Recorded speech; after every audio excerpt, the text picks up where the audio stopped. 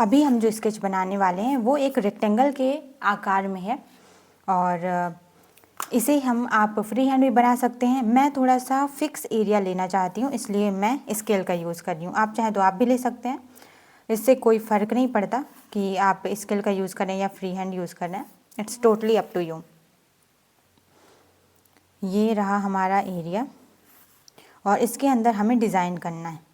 अब इसके बाद हमें देखना है कि हमारा जो सब्जेक्ट है वो उसके जो बॉर्डर लाइंस हैं, ऊपर कहाँ पे है, नीचे कहाँ तक है, लेफ़्ट में कहाँ तक है और राइट में कहाँ तक है। हम उस एरिया को थोड़ा सा डिफ़ाइन कर लेंगे अपने पेपर पे।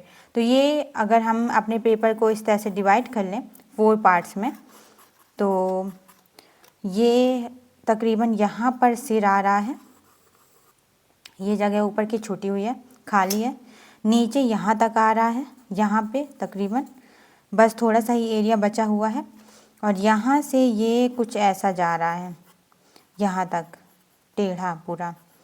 ये पूँछ वाला हिस्सा है, ये पंख वाला हिस्सा और पंख वाला हिस्सा है, और पेट वाला हिस्सा तक कुछ इस तरह से आ रहा है। ये पूरा यहाँ पे और इस तरह से होते हुए यहाँ पे ऐसा। और यहाँ पर एक डाल है जिस पर ये पक्षी बैठा हुआ है, ये बर्ड बैठी हुई है, और ये तकरीबन यहाँ तक आ रहा है। आधे से नीचे वाले हिस्से में है ये डाल, तो हम इसे इस तरह से डिज़ाइन करेंगे और बीचों बीच ये हिस्सा आके मिल रहा है, तो इस तरह से ये बनेगा। ये हो गया। अब हमने प्लेस कर लिया है कि हमारा सब्जेक्ट कितने एरिया के अंदर है। अब जो भी डिटेल्स डालनी है, जो भी इसका डिज़ाइन करना है, वो चीज़ हम डिज़ाइन करेंगे। इसमें अब मेन पार्ट जो है वो ये है कि सर्कल एंड लाइन को डिफ़ाइन करना। कहाँ पर सर्कल है, कहाँ पर लाइन है।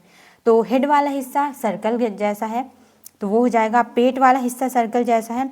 यहाँ पर पंख लाइन से ड्रॉ हुए हैं, लाइन वाला पार्ट है इसमें। तो चलो अब ये काम करते हैं। हेड वाला हिस्सा है, ये सर्कल हमने पहले बना रखा था, चोंच अंदर से आती हुई थोड़ा ऊपर की तरफ, और ये ऐसी रहेगी, ऐसी है।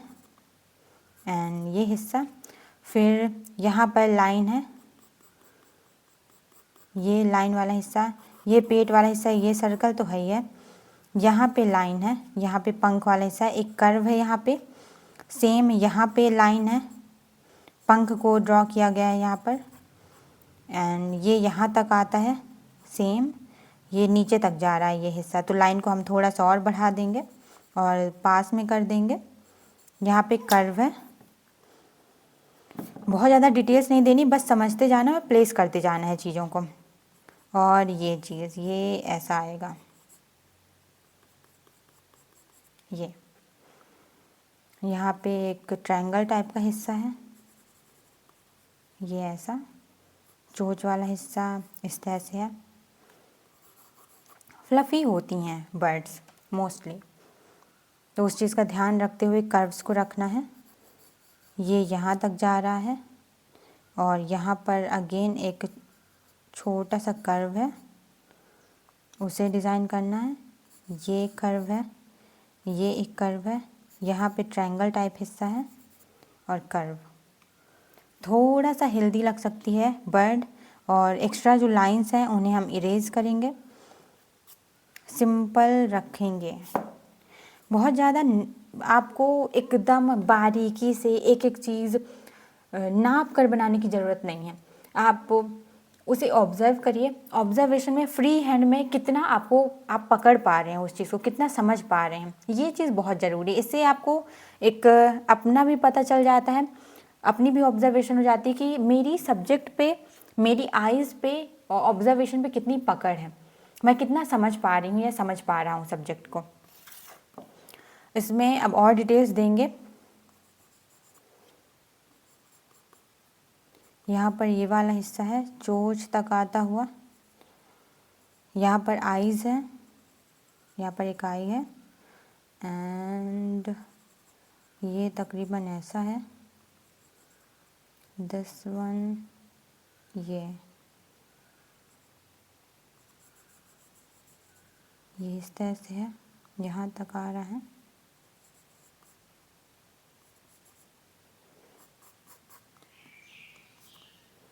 ये पंख वाला हिस्सा था, ये आधे तक ही है, हाँ यहाँ तक ही है, इस तरह से रहेगा। अब थोड़ा सा कुछ चीज़ों को हम ऑब्ज़र्व कर लेते हैं, छोटी छोटी मिस्टेक्स को फाइंड आउट कर लेते हैं। ओवरऑल तो बन गया, अब 80% बन चुका है, 20% काम बाकी है। अगर आपका जो कंस्ट्रक्शन लाइन है वो सही से बन गई, फिर कोई गड़बड़ नहीं होने वाली, फंडामेंटल्स की गड़बड़ी तो बिल्कुल नहीं होगी।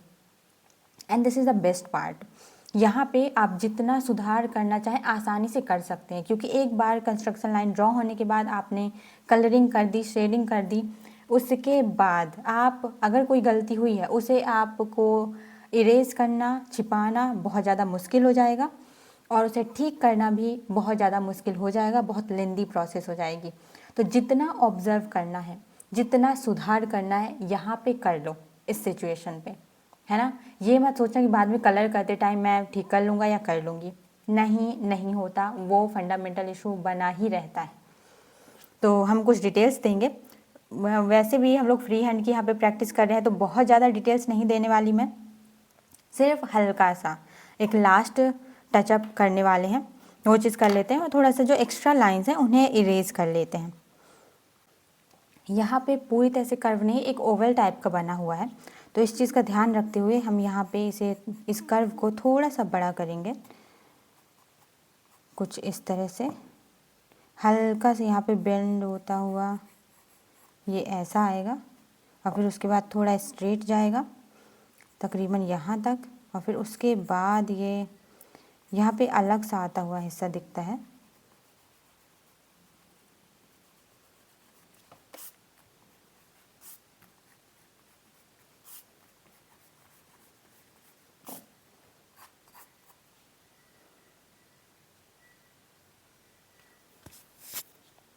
इसे थोड़ा और सुधारते हैं। कभी भी अभी आपको लग रहा होगा कि मैं किस तरह से ऑब्ज़र्व कर रही हूँ, मैं दूसरे पार्ट से कंपेयर कर रही हूँ, मैं बहुत ज़्यादा सब्जेक्ट से रेफरेंस से नहीं ऑब्ज़र्व कर रही हूँ, मैं इसी में से ऑब्ज़र्व कर रही हूँ, इसके अदर पार्ट से, कि वो किस तरह से लग रहा है, किस तरह लग रहा है देखने में, ऑब्ज़र्व करने में, कहाँ पे सही लग रहा है या कोई भी चीज़, कहाँ पे मिस्टेक है, क्या ऐसा है, और इसके कंपैरिजन में रेफरेंस में कैसा है, और मेरा जो सब्जेक्ट है, मैंने जो बनाया स्केच, उसमें किस तरह से जा रहा है। ऊपर से एकदम ले करके स्केल लेके नाप नहीं रही हूँ मैं बस ऑब्ज़र्व कर रही हूँ ऊपर से देख करके। बहुत सारी चीज़ें तो सामने से ही नज़र आ जाती हैं अगर आप प्रॉपर स्केचिंग कर चुके हो तो।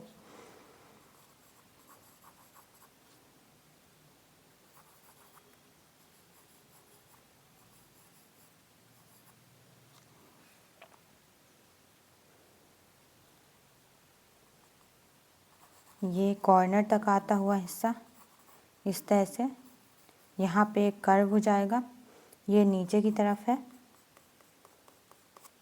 इस कर्व को ध्यान रखना है, और फिर यहाँ पे एक कर्व बन रहा है,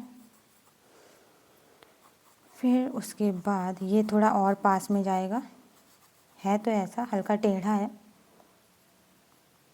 और फिर कर्व बनाता हुआ इस तरह से आएगा और नीचे तक जा रहा है ये हिस्सा।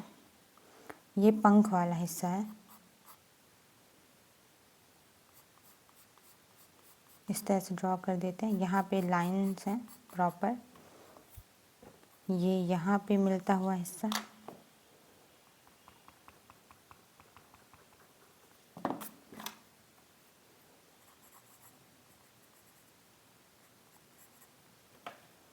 और फिर उसके बाद ये टेढ़ा है यहाँ पे,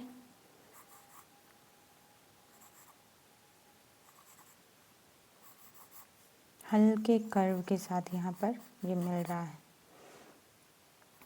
ये हिस्सा हो गया। यहाँ पे अगर देखा जाए तो हल्का डार्क एरिया है, और ये इस तरह से यहाँ पर थोड़ा सा कर्व के साथ, ये तो यहाँ पे वो हो गया, एंड हो गया यहाँ पे इसका, इस वाले पार्ट का। ये वाला पार्ट पूरा डार्क है, हो रखा है उस पर। जो चोंच वाला हिस्सा है उस पर ग्रे कलर है, तो बहुत ज़्यादा स्केच नहीं चलाएंगे, इसे थोड़ा सा पतला करेंगे यहाँ पे,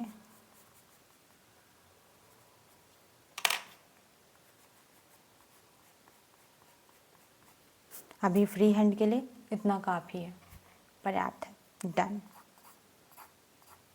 चाहे तो यहाँ पे थोड़ा सा शेड दे दें। ओह, एक इम्पॉर्टेंट पार्ट मिस होता हुआ नज़र आ रहा है।